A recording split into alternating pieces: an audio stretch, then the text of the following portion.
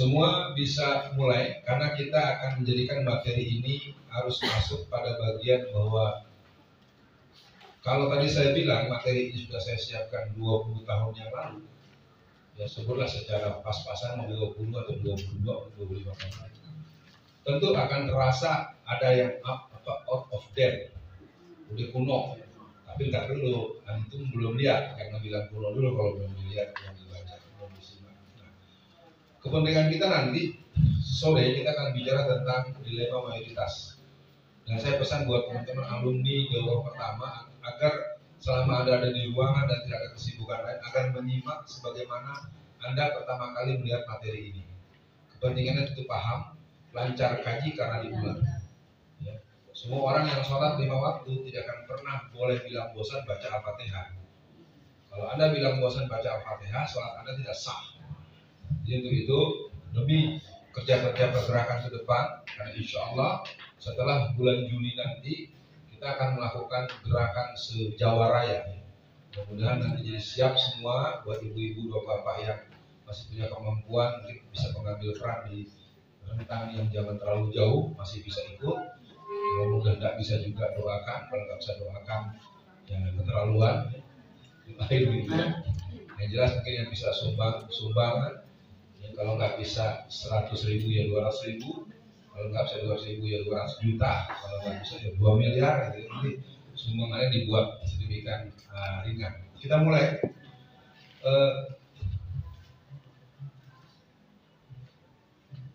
Belum, jangan digeser.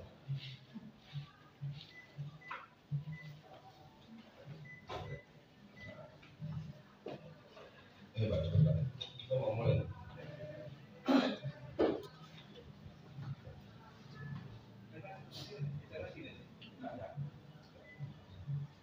Biar kalau ini kita lagi kembali ke studio, mungkin dibiarkan ke sana berapa ya?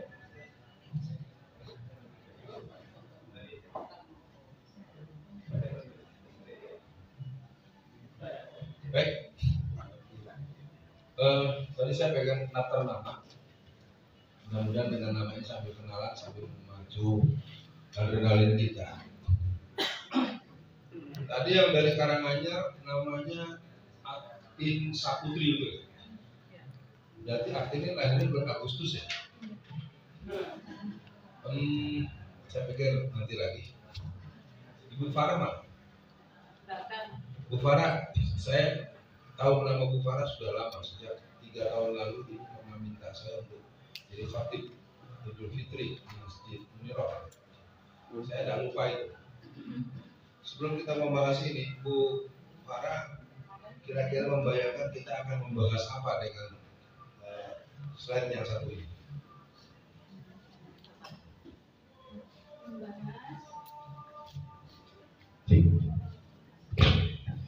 Membahas tentang kesiapan kita harus tidak leha-leha dan kita harus menghadapi kemampuan kita sesuai dengan masing-masing. Kalau nggak berani bi'anfusihim ya bi'amwalihim. Terima kasih Bu, cukup singkat tapi dalam. Kita mulai ya. Bismillahirrahmanirrahim. Next. Jadi kalau tadi aku sempat memberikan statement pada bapak-bapak, ibu-ibu yang punya niat separuh jalan akan pamit, maka sebaiknya kita ingat pesan para orang tua masa lalu. Sekali merangkuh dayung 2-3 pulau kita lalu, sekali layar berkembang patah surut ke belakang, mati satu patah tubuh hilang berganti, mati satu tumbuh sejuta. Satu gerakan yang perlu kita renungkan adalah ini adalah sebuah bahan yang sudah saya tulis sejak 20-an tahun lalu. Pak Prabowo pernah menyebutnya dalam bentuk tahun 2030 negara kita akan low citizen. Pada tahun 2025 dua negara muslim terbesar di dunia yakni Indonesia dan Pakistan akan lenyap dari peta dunia. Siapa yang bilang begitu? Yang bilang begitu namanya William Cohen. Siapa William Cohen? William Cohen itu adalah wakil atau menteri pertahanan Amerika sekitar tahun 80-an. Nah, jadi pada hari ini kita ingin mencoba menghitung langkah. Tadi Bu Farah sudah menyebut kita akan mengantisipasi, dan saya pikir Bu Farah ini proses renungannya dan proses penghayatan tentang patut kalau doa beliau tadi seperti itu. Kita coba tuntaskan, dan tetap kita akan nanti koneksikan dengan ayat-ayat Allah. Kita akan juga membaca ayat-ayat kauniyah, ya, yang mana nanti kita akan bisa memahami bagaimana dan bagaimana. Saya ulang baca. Pada tahun 2025, dua negara muslim terbesar di dunia, yaitu Indonesia dan Pakistan, akan lenyap dari mata dunia. Saya yang membuat ini sejak 20 tahun yang lalu saja, kadang-kadang apa iya ya? Ternyata memang itu telah dirancang dengan sangat sistematis sejak tahun-tahun berdirinya Israel tahun 1948-49. Nah, kebiasaan di kalangan kita, di kalangan kaum muslimin, tidak terbiasa dengan berpikir proyektif. Akibatnya kita tidak bisa menebak bahwa kita ini sampai kapan masih punya Indonesia. Gerakan-gerakan Kristen, gerakan-gerakan Cina ini masuk pada operasi kepemilikan tanah. Jawa Tengah, Solo Raya saya tidak tahu, tapi saya paham Banten. Tangerang Raya itu dari ujung Tangerang Selatan sampai Pamulang Tangerang Utara, Tangerang Raya itu 84% sertifikat tanah itu sudah di tangan orang Cina.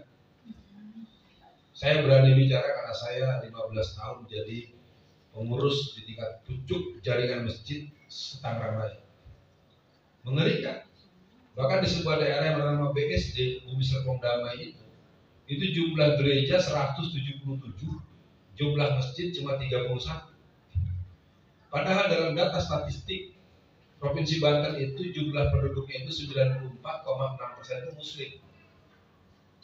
Jadi biar diketahui bahwa umat Islam itu paling lemah dalam membela agamanya dalam bentuk yang paling sederhana. Saya sering ulang-ulang, kalau bangun masjid paling sibuk bikin panitia. Habis bikin panitia, bikin proposal yang bagus. Habis itu minta dana kemana-mana. Loh, kapan Anda sendiri nyumbang? Kenapa nggak diawali saya nyumbang 10 juta, saya ngomong 1 juta, saya ngomong 2 juta. Ini di mana-mana jadi calo masjid. Anda sendiri belum nyumbang. Ya, 10.000 pun kadang-kadang nggak juga, apalagi 10 juta. Ya, ini bukan di Solo, tapi di Indonesia. Itu yang saya temukan.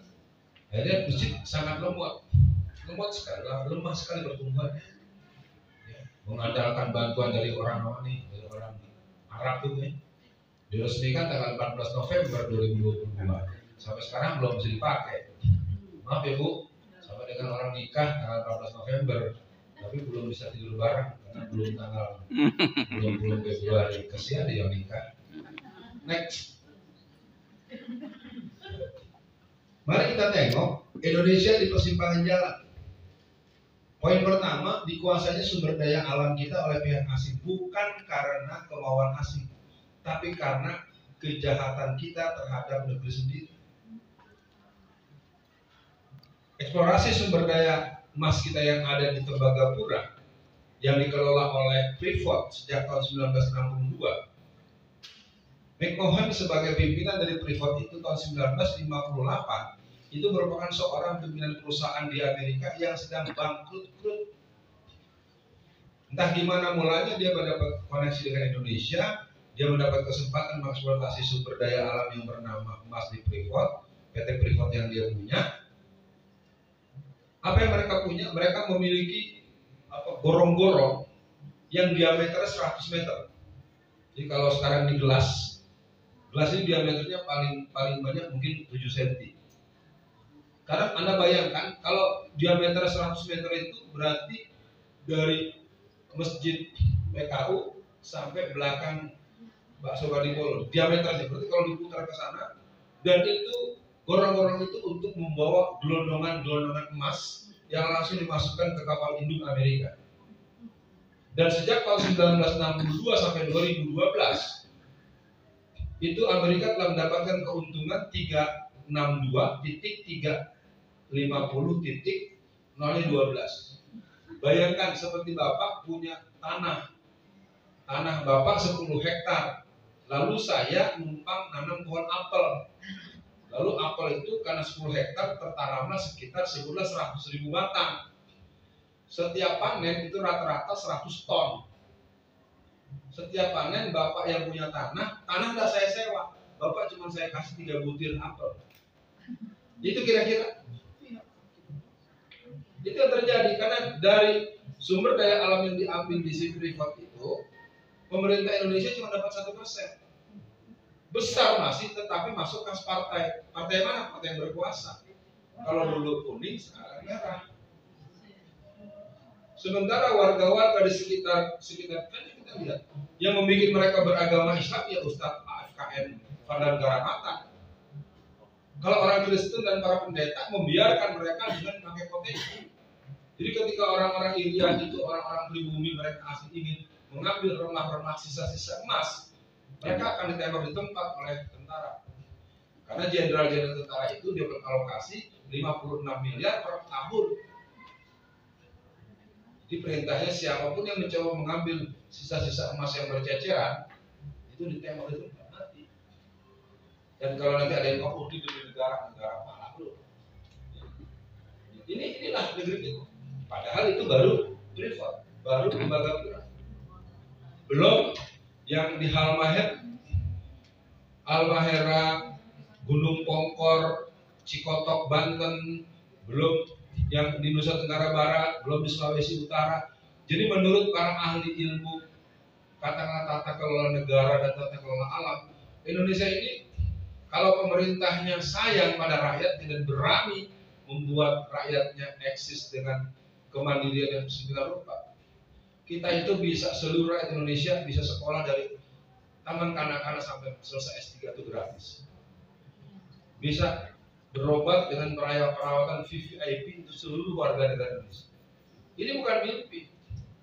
Persoalannya kita tidak memiliki stylist orang seperti Muhammad Al-Fatih.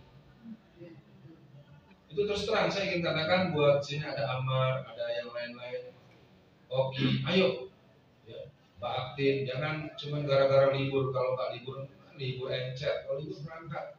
Kapan mau mewakafkan buat agama dan negara? Nunggu libur 2 hari, kalau libur sehari nggak mau libur. Ya, bila mau sehari.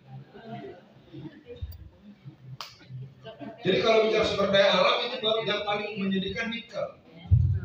Nikel kita yang sekarang kemarin ribut di Morowali itu ada mengerikan. Nikel kita jual dengan harga murah dan kita beli dengan harga sangat mahal dari Cina. Gobloknya memang kuat kan? Goblok. Tetapi faktanya kalau pembicaraan ini dibahas di hadapan publik bukan lagi jadi Ustaz kok ngomongnya kasar. Itu terus. Saya udah dengar tuh. Pasti yang keluar dari itu. Jadi Anda punya anak ditempeleng orang, Anda punya istri pantatnya diempok-empok sama orang, jangan gitu dong. Goblok. Oh, jeter. Masa istrinya diganggu orang malah. Nah, itu mesti belajar dari orang Madura ya. Keren itu. Bisa tebas lehernya. Jadi kalau kita bentangan poin nomor 1, belum lagi sumber daya alam yang lain, belum lagi ikan kita, sedih kalau mau kita bahas.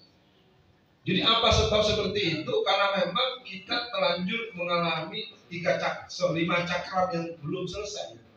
Pemiskinan, pembohongan, pembodohan, penzoliman, dan pembiaran. Kalau kita belajar tentang teori ekonomi pembangunan, Profesor Dr. Mubiarto mengatakan miskinnya warga Indonesia itu bukan takdir, tapi miskin struktural. Jadi kita tuh dibikin miskin. Sekarang misalnya Mas Irfan punya uang 1 miliar, masuk aja sampai angka 1 miliar di rekening. Besok antum akan kedatangan PPATK, kedatangan Barreskrim, dan kedatangan Densus 88. Beneran, saya ngerti gitu Pak. Jadi kalau orang di rekeningnya ketemu angka 100,000,000,000, ntar siap ada di rumah. Hebat kan? Maka kenapa perusahaan-perusahaan Cina pada bikin bank sendiri? Nah, kelemahan kaum pribumi adalah diantaranya cepat puas. Baru punya uang 50 juta aja, 50 miliar saja sudah merasa terkaya di Solo. Saya udah tadi ngobrol dengan Mas Indra. Di Tangerang itu saya sangat dilihat musuh yang adu jidat dengan LIPO. LIPO itu akronim dari lama-lama Indonesia pasti punya OE. Anda yang tertawa berarti Anda tidak tahu memang itu adalah benar. Karena itu dibahas dalam sebuah rapat terbatas mereka, dan mereka bilang biar orang anggap itu gojekan, padahal iya. Sampai Desember tahun 2015, LIPO Karawang Tangerang itu telah mendapuk dan mengkalkulasi mereka punya dana akuntansi 400 triliun keuntungan bersih. Jadi gerakan-gerakan, contoh lagi saudara-saudara yang suka ikut ngurusin hewan kurban, Anda paling untungnya nggak sampai 100 juta. Peternak-peternak yang dimanage oleh jaringan Cina, pedagang-pedagang Cina urusan peternakan untuk Idul Kurban setiap tahun, itu keuntungan mereka rata-rata 2,7 sampai 3 triliun. Mereka main golf, mereka santai, mereka berzina, mereka mabok, rekening mereka masuk. Nah kalau di kalangan kita, kaum pribumi harus introspeksi, cepat puas, sering menurunkan mutu kalau sudah laku keras. Jadi, kalau tadi ibu bilang makanan di dapur suami anak, jangan dilihat hanya istri saya saja sebagai orang, lihat juga saya. Saya bagian kontrol gugus kendali mutu. Bagaimanapun juga saya bilang, kalau kita untungnya banyak, jangan nurunin harga, jangan nurunin kualitas.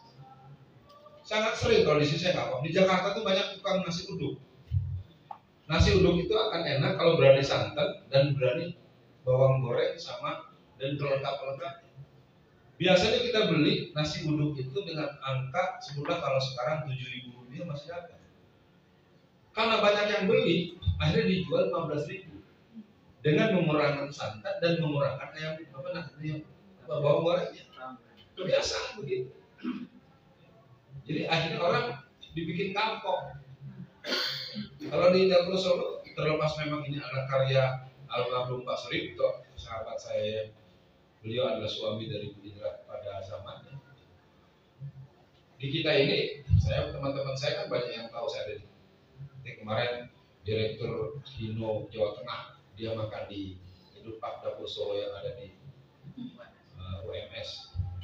Ustaz, di sini makanan yang mahal, apa? Tapi enak. Akibatnya nanti saya mau bawa teman-teman saya lagi. Ya. Saya tidak sedang memuji atau membranding, tidak. Ini harus dicatatkan. Makanya buat Mbak Edik, Mbak Atik ya, Mbak Edik, Mbak Bunga Fuah segala macam, Mbak Nur. Mari kita jaga daurah kita, jangan sampai daurah yang kacangan. Biasanya kegiatan kita tuh kalau udah siang, udah sore tuh begini. Disiplin enggak, handphone enggak dikumpulin lagi, masuk semaunya, itu kebiasaan. Itu enggak boleh terjadi Pak Indra. Untuk ke depan, Mas Purwal ya, apalagi training 5 hari nanti kita harus, kalau kita suruh pulang,